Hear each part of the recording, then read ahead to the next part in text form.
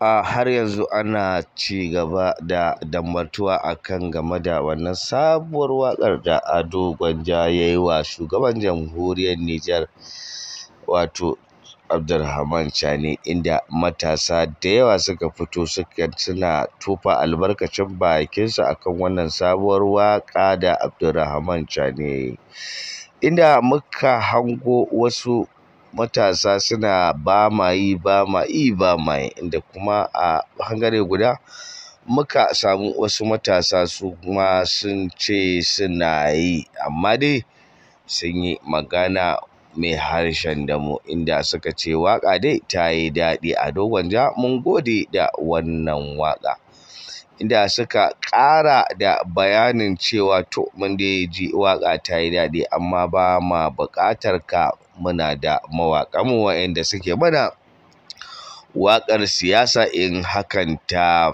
taso, ko kuma wasu waƙoƙi dai haka na jin daɗi.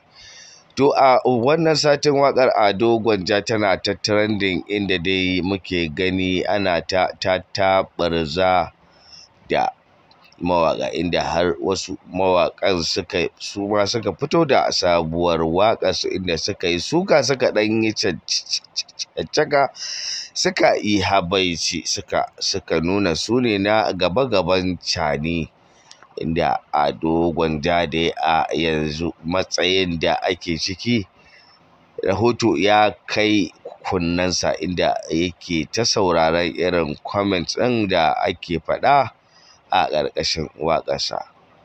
Waƙar Ado Gwanja dai yanzu tana nan tana streaming a YouTube ɗinsa, wato mai suna Ado Gwanja. Za ka iya zuwa ka je ka saurari wannan waƙar domin ka san me wannan waƙar ta ƙunsa.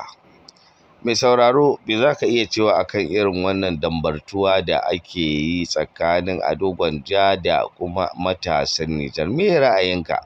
Faɗa mana ra'ayinka, saboda ra'ayinka zai ba da citta a wannan yamuɗa hazo da ake yi a wannan lokacin. Na gaya muku ko da yaushe subscribe ɗinku shi zai sa ku dinga ganin labaranmu akai-akai. Duk wanda bai yi subscribe ba, bai latsa wannan alamar ƙararrawar ba, kuma mun saki ba zai gani ba. So muna ƙara jaddadawa a tabbata an danna subscribe, wannan ƙararrawar da take jikin AMD TV ita ma a danna ta, shine muna tanno labarai mutum zai samu kai tsaye ba tare da ya ɓata lokaci ba. AMD TV Hausa ita ce take ƙara kawo muku labarin Ado Gwanja, inda jiya muka kawo muku labarin Ado Gwanja da su Ƙosan Waƙa da kuma Mamman Sani, duka muka kawo muku labarin yadda ake dambartuwa akan AMD TV Hausa tamu ce.